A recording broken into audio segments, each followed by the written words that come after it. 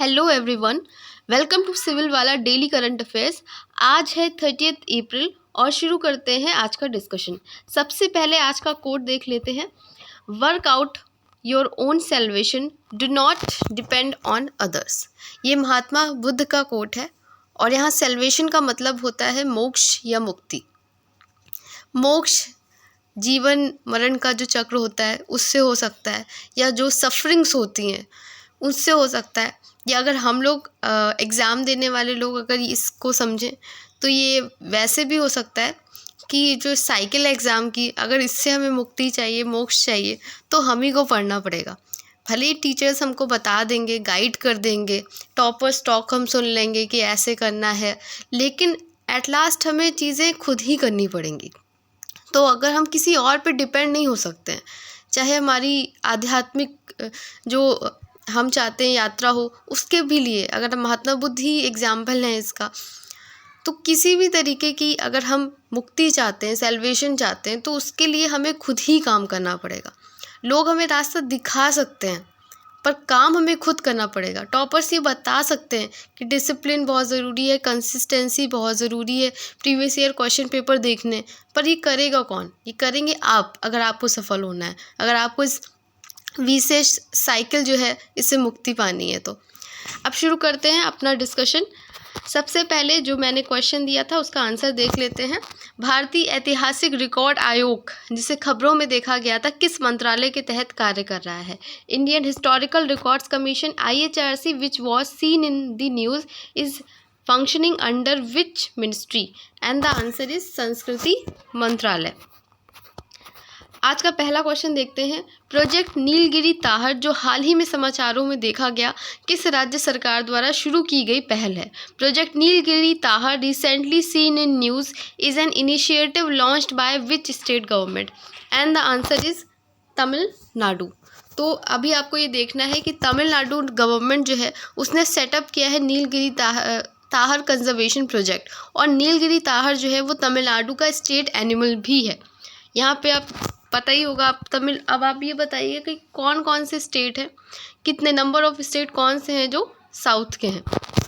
तो ये आपको याद रखना है कि नीलगिरी ताहर जो एनिमल है वो तमिलनाडु का स्टेट एनिमल भी है। तो देखते हैं क्या है एक्सप्लेनेशन। प्रकृति संरक्षण के लिए अंतर्राष्ट्रीय संघ IUCN तीसरे पक्ष के पर्यवेक्षक के रूप में 3 दिवसीय सिंक्रोनाइज नीलगिरी ताहर जनगणना में शामिल हो गया है। ठीक है, उनका स्टेट एनिमल भी है तो उसकी जनगणना भी इम्पॉर्टेंट है। 29 अप्रैल से शुरू होने वाली यह जनगणना नीलगिरी ताहर की आबादी का अनुमान लगाने का पहला समन्वित प्रयास है। सहयोगियों में WWF इंडिया, WII और AIWC शामिल है। तमिलनाडु सरकार द्वारा शुरू की गई परियोजना नीलगिरी ताहर 2022 से 2027, 2022 से 2027 तक फैली हुई है, जिसका लक्ष्य प्रजातियों की सुरक्षा करना और उनका अस्तित्व सुनिश्चित करना है। सबसे पहले ये पूछ लेंगे ये कहाँ का, किस स्टेट का स्टेट एनिमल है। उसके बाद जो है आपसे इस परियोजना की डेट भी पूछ सकते हैं, ड्यूरेशन भी पूछ सकते हैं कि 2022 से 2027 के बीच में है, और ये कैसी जनगणना है? ये पहली जनगणना है। तो ये सारी चीज़ें आपको याद रखनी होंगी। चलते हैं अब नेक्स्ट क्वेश्चन की तरफ। नेक्स्ट क्वेश्चन है हमारा, हाल ही में समाचारों में देखा गया अलगार मंदिर किस राज्य में स्थित है? तो आप आंसर है इसका तमिलनाडु। तो ये अलगार मंदिर है, देखिए इसको, ये और ये बताइएगा कि साउथ में जो मंदिर होते हैं वो किस शैली में बने होते हैं। तो चितराई उत्सव का समापन वैगई नदी से भगवान कल्ला झागर की वापसी जुलूस द्वारा दर्शाया गया था। तमिलनाडु के मदुरई में अलगार पहाड़ियों की तलहटी में स्थित अलगार मंदिर भगवान विष्णु के 108 निवासों में से एक है, जिसे कल्ला झागर के नाम से जाना जाता है। तो भगवान कौन से? भगवान विष्णु है। ठीक है, और ये कहाँ का मंदिर है? ये तमिलनाडु का मंदिर है। इसकी शैली आपको बतानी है। इसमें किले की दीवारों के भीतर 6 गलियारे हैं और इसका उल्लेख तमिल महाकाव्य शिल्पाधिकारम और अलवर के भजनों में किया गया है।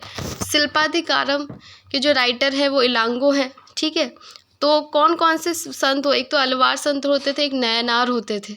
अलवार कौन होते थे? जो विष्णु जी की पूजा करते थे, और नयनार जो होते थे वो शिव जी की पूजा करते थे। मंदिर के मंडप स्तंभ नायक कला शैली का प्रदर्शन करते हैं। नेक्स्ट क्वेश्चन है, हर्षित कुमार जिन्होंने हाल ही में 21वीं अंडर-20 एशियाई एथलेटिक्स चैंपियनशिप 2024 में स्वर्ण पदक जीता, किस खेल से संबंधित है? Harshit Kumar who recently won a gold medal in 21st under twenty Asian athletics championship 2024 belongs to which state sports? And the answer is हथौड़ा फेंक। तो ये है Harshit Kumar wins gold in 21st under twenty Asians athletics championship. Explanation देख सकते हैं, एथलेटिक्स चैंपियनशिप 2024 में अपना दबदबा बनाया गया और 18 पदक जीते। हर्षित कुमार ने हैमर थ्रो में कौन सा पदक जीता है? स्वर्ण पदक जीता है। कौन सा इनका गेम है? तो आजकल ऐसे पूछ लेते हैं, जो भी स्पोर्ट्स के लोग होते हैं और उनका गेम है उसकी मैचिंग इस बार पूछी थी एग्जाम में, तो आप ये देख सकते हैं। और ये भी पूछ सकते हैं कि जैसे हर्षित कुमार ने हैमर थ्रो में स्वर्ण पदक जीता, जबकि ऋतिक ने पुरुषों के डिस्कस थ्रो में रजत पदक जीता। लेक्सिटा सैंडलिया ने 100 मीटर दौड़ में रजत पदक जीता। मिश्रित रिले टीम ने रजत पदक जीता और श्रिया राजेश ने महिलाओं की 400 मीटर बाधा दौड़ में कांस्य पदक जीता। तो कितने मीटर की दौड़ थी, इस तरीके के अब डिटेल में क्वेश्चन पूछे जा रहे हैं। हम लोग तो याद कर लेते हैं कि हाँ ये इस गेम से रिलेटेड है और इसने कौन सा पदक जीता है, लेकिन अब थोड़ा डिटेल में पढ़ने की ज़रूरत है। प्रतीक ने हैमर थ्रो स्पर्धा में भी कांस्य पदक जीता। नेक्स्ट क्वेश्चन है, हाल ही में शिपिंग मंत्रालय द्वारा किस बंदरगाह को भारत के पहले ट्रांसशिपमेंट पोर्ट के रूप में मंजूरी दी गई? Recently which port has been approved as India's first transshipment port by shipping ministry? And the answer is Vizhinjam बंदरगाह। तो विंझिंगम इस पोर्ट गेट्स की approval, India's first transshipment port है ये। ठीक है, देखते हैं एक्सप्लेनेशन। केरल में अदानी समूह का विंझिंगम पोर्ट भारत का पहला ट्रांसशिपमेंट पोर्ट है, क्योंकि ये पहला है तो इम्पॉर्टेंट हो जाता है। तो भारत का पहला ट्रांसशिपमेंट पोर्ट है जिसे शिपिंग मंत्रालय द्वारा अनुमोदित किया गया है। ये देश का पहला पूर्ण विकसित गहरे पानी का ट्रांसशिपमेंट बंदरगाह है। नेक्स्ट क्वेश्चन देखते हैं, what is nephrotic syndrome recently mentioned in news? तो ये क्या है? ये एक गुर्दे का विकार है जिसके कारण मूत्र में यूरिन में अत्यधिक प्रोटीन होता है। एक्सप्लेनेशन देखते हैं, यहाँ पे निफ्रोटिक सिंड्रोम के बारे में पूरा अच्छे से दिया गया है, आप पढ़ सकते हैं जब आपको PDF मिलेगा टेलीग्राम पे, वहाँ पे जाके आप अच्छे से इसको देख लीजिएगा। हम एक्सप्लेनेशन पढ़ते हैं। केरल के शोधकर्ताओं द्वारा फेयरनेस क्रीम के नियमित उपयोग से नेफ्रोटिक सिंड्रोम से जोड़ा गया। नेफ्रोटिक सिंड्रोम एक किडनी का विकार है जिसमें ग्लोमेरुली सूजन के कारण मूत्र में अत्यधिक प्रोटीन होता है। स्वस्थ गुर्दे अपशिष्ट को फिल्टर कर देते हैं, लेकिन सूजन वाले ग्लोमेरुली मूत्र में प्रोटीन का रिसाव करते हैं। ये कोई विशिष्ट किडनी रोग नहीं है, बल्कि किडनी फिल्टर को नुकसान करने वाली विभिन्न स्थितियों के परिणाम स्वरूप हो सकता है। नेफ्राइटिस, मधुमेह, ल्यूपस जैसी बीमारियां नेफ्रोटिक सिंड्रोम को ट्रिगर करती हैं, जिसमें दोनों किडनी और शरीर के अन्य अंग प्रभावित होते हैं। तो ये रोग है, ये इंपॉर्टेंट है आपके UPSC एग्ज़ाम के लिए भी, उसमें तो उन लोग के लिए तो बहुत फेवरेट होते हैं इस तरीके के क्वेश्चंस, और UP PCS में भी आपसे पूछ सकते हैं। रोग लिख सकते हैं और उससे रिलेटेड जो भी है न्यूज़ में वो आपसे पूछा जा सकता है। Regular use of fairness creams has been linked to nephrotic syndrome by Kerala researchers. ठीक है, मैंने बता दिया आपको, आप एक्सप्लेनेशन इंग्लिश में पढ़ लीजिएगा PDF से। नेक्स्ट क्वेश्चन है, alliance of digital India foundation ने उद्यमिता को बढ़ावा देने और प्रौद्योगिकी स्टार्टअप्स को सहायता प्रदान करने के लिए किस IIT के साथ एक समझौता ज्ञापन पर हस्ताक्षर किया है? Alliance of digital India foundation ADIF has signed an MOU with which IIT to promote entrepreneurship and provide support to technology startups. And the answer is IIT Guwahati. तो देख लेते हैं। देखिए, IITs जो भी इम्पोर्टेंट रहती हैं वो UP PCS में बहुत पूछी जाती हैं। तो मैंने शुरू से मैं वीडियोस में बताती आ रही हूँ, तो आप चाहे पिछले पेपर्स देखिएगा, अगर कोई IIT न्यूज़ में है तो वो आपको मिलेगी। मैंने ये ऑब्ज़र्व किया है, मैंने बताया भी है कई बार। तो आप जो भी IITs न्यूज़ में रहती, मैंने आज ऐड भी कर दी है वो चीज़, जो भी IITs न्यूज़ में है वो एक बार यहाँ पर लिखी हुई है, आप PDF से भी पढ़ लीजिएगा। तो ADIF और IIT गुवाहाटी इंक्यूबेशन सेंटर ने स्टार्टअप इकोसिस्टम को बढ़ावा देने के लिए समझौता ज्ञापन पर हस्ताक्षर किए। Alliance of digital India foundation ने उद्यमिता को बढ़ावा देने और प्रौद्योगिकी स्टार्टअप्स को सहायता प्रदान करने के लिए IIT Guwahati technology incubation centre के साथ एक समझौता ज्ञापन पर हस्ताक्षर किए हैं। देखिए न्यूज़ में जो भी IITs थी यहाँ पे हिंदी में भी लिखा है और इंग्लिश में भी लिखा है, तो दोनों ही आप देख सकते हैं। तो IIT जो न्यूज़ में थी, C.and IIT Jodhpur sign agreement on automated service management in network of 5G। BEL signs MOU with IIT Mandi for cooperation in research. AFMS partnered with IIT Kanpur addressed healthcare challenge for soldiers. Lightstorm side with IIT Madras to launch employment skilling initiative. SGVN partners with IIT Patna to improve tunneling project performance। तो आप ये देख सकते हैं जो भी IITs news में है वो यहाँ पे लिखी हुई थी, वो आप पढ़ सकते हैं। नेक्स्ट क्वेश्चन है, 60 साल की वकील एलेजांद्रा रॉड्रिग्स ने मिस यूनिवर्स ब्यूनस आयर्स का खिताब जीतकर इतिहास रच दिया है। वह किस देश से है? And the answer is Argentina. तो ये बहुत बड़ी बात है, एक महिला जिसने 60 वर्ष की उम्र में एक जो है मिस यूनिवर्स प्रतियोगिता जीती है अर्जेंटीना की। तो ये इम्पॉर्टेंट है क्वेश्चन, इस तरीके के क्वेश्चन आपको ज़रूर एग्जाम में देखने को मिलेंगे। ठीक है, तो आइए हम इसका एक्सप्लेनेशन पढ़ लेते हैं। तो ये है मिस यूनिवर्स, अर्जेंटीना ने मिस यूनिवर्स ब्यूनस आयर्स प्रतियोगिता जीती है। ये है 60 वर्ष की। 60 साल की वकील है एलेजांद्रा रॉड्रिग्स ने अर्जेंटीना में मिस यूनिवर्स ब्यूनस आयर्स का खिताब जीतकर इतिहास रच दिया। रॉड्रिग्स 18 से 73 वर्ष की आयु के 34 अन्य प्रतियोगियों के साथ प्रतिस्पर्धा कर रही थी। एक रिपोर्ट के अनुसार रॉड्रिग्स ने सोचा कि वह वैश्विक सौंदर्य प्रतियोगिता के लिए आयु सीमा पार कर चुके हैं, लेकिन संशोधित नियमों के साथ उसका दृष्टिकोण बदल गया। शुरुआत में मिस यूनिवर्स प्रतियोगिता को अविवाहित और निसंतान होना पड़ता था, जिनकी उम्र 1952 में इसकी स्थापना के बाद से 18 से 28 वर्ष के बीच में थी। हालांकि पेजेंट के हालिया निर्णय ने मानदंडों की उपेक्षा करते हुए 18 से 73 वर्ष की महिलाओं को भाग लेने की अनुमति दी। तो ये तो बहुत अच्छा अचीवमेंट है, क्योंकि एज बहुत बड़ा जो है क्राइटेरिया रहता है, और आप कितने अच्छे दिखते हैं वो भी आपके एज से जज किया जाता है। तो मुझे लगता है आपकी सुंदरता की कोई लिमिट नहीं होती है, मन की सुंदरता और फिज़िकल जो भी ब्यूटी है उसका भी स्टैंडर्ड ये नहीं होता है कि आपकी एज हो। शायद उसी को ध्यान में रख करके ये एज लिमिटेशन हटाई गई और बढ़ाई गई। तो ये बहुत अच्छा प्रयास है। हाल ही में जो पुरस्कार दिए गए हैं उससे भी देख लेते हैं। न्यूज़ वीक की 2024 की विश्व के सर्वश्रेष्ठ अस्पतालों में सूची में कौन है टॉप पे? तो ये मेदांता गुरुग्राम का है। World press photo of the year पुरस्कार 2024 किसको मिला है? ये मोहम्मद सलीम को मिला है। ये अलग से सेपरेट क्वेश्चन बन सकते हैं। ये पुरस्कार की पूरी लिस्ट है जो रहे हैं इस बीच, तो ये भी आप रिवाइज करते चलिए। सामाजिक विकास और प्रभाव के लिए CIDC विश्वकर्मा पुरस्कार मिला है पूर्वाकरा लिमिटेड को। जापान की इंजीनियरिंग अकादमी द्वारा अंतर्राष्ट्रीय फेलोशिप मिली है कौशिक राजशेखर को। तो ये अलग से क्वेश्चन भी फ्रेम हो सकते हैं, तो आप इसे भी अच्छे से पढ़िएगा। नेक्स्ट क्वेश्चन है, राष्ट्रीय कृषि और ग्रामीण विकास बैंक नाबार्ड ने पृथ्वी दिवस के अवसर पर अपने जलवायु रणनीति 2030 दस्तावेज का अनावरण किया। नाबार्ड की जलवायु रणनीति 2030 इस मांग को पूरा करने के लिए 4 प्रमुख स्तंभों पर आधारित है। इस मांग में निम्नलिखित में से किस प्रमुख स्तंभ का उल्लेख नहीं है? ठीक है, तो ये 4 स्तंभ थे, उसमें किसका नहीं है उल्लेख? तो ये था पेट्रोलियम बाजार को कम करना, इसका उल्लेख नहीं है। बाकी देख लेते हैं। ये नाबार्ड है, नाबार्ड का लोगो है ये। राष्ट्रीय कृषि और ग्रामीण विकास बैंक नाबार्ड ने पृथ्वी दिवस के अवसर पर अपने जलवायु रणनीति 2030 दस्तावेज का अनावरण किया। व्यापक रणनीति का उद्देश्य भारत की हरित वित्त पोषण की बढ़ती आवश्यकता को संबोधित करना है। इस मांग को पूरा करने के लिए नाबार्ड की जलवायु रणनीति 2030 4 प्रमुख स्तंभों पर आधारित है।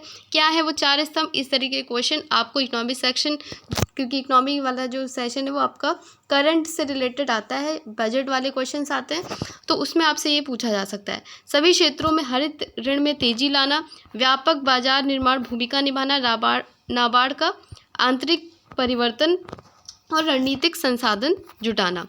तो ये देख लेते हैं, इंग्लिश में भी पढ़ लेते हैं। Accelerating green lending across sectors, playing a broader market making role, internal green transformation of NABARD, strategic resources mobilisation. अब नाबार्ड क्योंकि एक इम्पॉर्टेंट संस्था है, तो नाबार्ड के बारे में भी जान लेते हैं, क्योंकि आपसे नाबार्ड, सेबी, इनसे रिलेटेड कब ये आए थे ठीक है। तो उसकी जो ईयर है वो पूछ लेते हैं, हेडक्वार्टर्स पूछ लेते हैं, तो यहाँ पे वो मैंने मेंशन कर दिया है, आप इसे पढ़ लीजिए। राष्ट्रीय ग्रामीण विकास बैंक नाबार्ड के बारे में स्थापना कब हुई थी इसकी? 12 जुलाई 1982 को हुई थी। हेडक्वार्टर इसका कहाँ है? मुंबई महाराष्ट्र में। अध्यक्ष कौन है? केवी शाहजी। नाबार्ड की स्थापना किस समिति के अकॉर्डिंग हुई थी? तो ये सारे फैक्ट्स बहुत इंपॉर्टेंट है। बी शिवरामन समिति की सिफारिशों पे हुई थी। अलग से क्वेश्चन इससे बन सकते हैं, तो इसको इग्नोर मत करिएगा। नेक्स्ट क्वेश्चन है, अंतर्राष्ट्रीय क्रिकेट परिषद आईसीसी द्वारा किस भारतीय क्रिकेटर को आईसीसी पुरुष टी20 विश्व कप 2024 का राजदूत नामित किया गया है? Which Indian cricketer has been named ICC men's टी20 world cup 2024 ambassador by the international cricket council ICC? And the answer is Yuvraj Singh. तो युवराज सिंह को आईसीसी पुरुष टी20 विश्व कप 2024 का राजदूत नियुक्त किया गया है। ठीक है। तो युवराज सिंह को तो आप सभी जानते हैं, कैंसर जैसी बड़ी बीमारी से लड़ कर के भी बहुत इन्होंने हिम्मत का काम किया है। देखते हैं एक्सप्लेनेशन। अंतर्राष्ट्रीय क्रिकेट परिषद आईसीसी ने भारत के दिग्गज युवराज सिंह को आईसीसी पुरुष टी20 विश्व कप का राजदूत नियुक्त किया है। किसके साथ? वे क्रिस गेल और उसेन बोल्ट के साथ पहले घोषित राजदूतों में शामिल हो गए। तो आपको ये पूरे स्टेटमेंट अच्छे से याद रखने हैं, ठीक है। एग्जाम में आपसे डायरेक्ट क्वेश्चन आपको हिट करेगा ये। तो कौन कौन और है, मैंने परसों शायद बताया था आपसे, उसेन बोल्ट लिए गए थे और क्रिस गेल, और अब हमारे भारत की तरफ से कौन है? युवराज सिंह है। आईसीसी पुरुष टी20 विश्व कप 1 से 29 जून तक खेला जाएगा, जिसमें 6 मेजबान होंगे। यूएसए टेक्सास के ग्रैंड प्रेरी स्टेडियम में उद्घाटन मैच में कनाडा भिड़ेगा। 9 स्थानों पर टी20 द्वारा कुल 55 मैच खेले जाएंगे। ये सब सारे स्टेटमेंट इंपॉर्टेंट है, कितने मैच खेले जाने हैं, जिसका समापन 29 जून को बारबाडोस में फाइनल में होगा। अभी हालिया जो भी ब्रांड एम्बेसडर थे उन्हें देख लेते हैं। एमएस धोनी फ्रांसीसी कार निर्माता सिट्रोएन के हैं।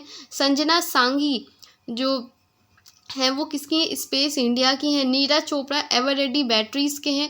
नयनथर स्लाइस के लोकप्रिय आम के स्वाद वाला प्ले है साइज, उसके नयनथर है। और नीरज चोपड़ा है बीपीसीएल का स्पीड पेट्रोल वेरिएंट। तो जो भी ब्रांड एम्बेसडर भी न्यूज़ में थे वो मैंने आपको रिवाइज करा दी, आप भी एक बार इनको पढ़ते चलिएगा। नेक्स्ट क्वेश्चन है, और आज का लास्ट क्वेश्चन भी। द विनर्स माइंडसेट नामक पुस्तक के लेखक कौन है? Who is the author of the book titled The Winner Mindset? And the answer is Shane Watson. तो ये बुक है शेन वॉटसन की, नाम है the winner mindset, bringing the best version of you to every game and to life. तो ये बहुत ही अच्छी किताब है। शेन वॉटसन ने मैदान पर क्रिकेट के सबसे बड़े त्रासदियों में से एक को देखा है। वे सिडनी क्रिकेट ग्राउंड के खिलाड़ियों में से एक थे जब 2024 के अंत में शेफील्ड शील्ड मैच के दौरान फिलिप ह्यूज को बाउंसर ने गिरा दिया था। हाल की जो पुस्तकें हैं वो भी एक बार देख लेते हैं। इससे पहले कि मैं भूल जाऊं, ये है MK रैना की, गोवा के स्वर्गीय दीप PS श्रीधरन पिल्लई की है, आग का खेल नवदीप सूरी की है, सिर्फ एक भाड़े का सैनिक मेरे जीवन और करियर से नोट्स RBI के पूर्व प्रमुख हैं दुवरई सुब्बा राव, इनकी है। चाकू है सलमान रुश्दी की। द लॉ एंड स्पिरिचुअलिटी है स्पिरिचुअलिटी रिकनेक्टिंग द बॉन्ड, ये है रमन मित्तल और डॉक्टर सीमा सिंह की। तो जितनी भी बुक्स थी अभी लेटेस्ट में न्यूज़ में वो भी मैंने आपको कवर करा दी यहाँ पे। और हर साल बुक एंड ऑथर से 2 क्वेश्चन आपको मिलते ही मिलते हैं प्रीलिम्स में, तो ये बुक्स भी आप रिवाइज कर लीजिएगा।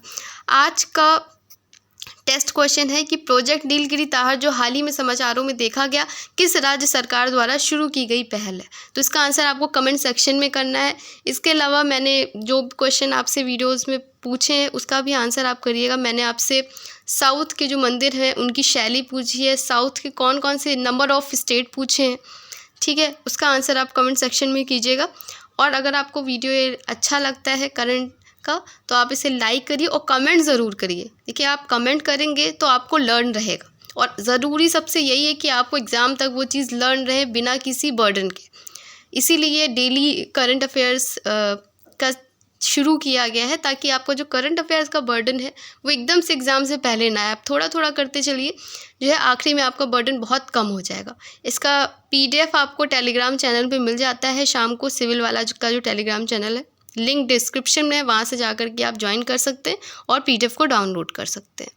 मिलते हैं कल एक नए डिस्कशन के साथ, तब तक आप अपना ख्याल रखिएगा, स्वस्थ रहिए और पढ़ते रहिए। धन्यवाद।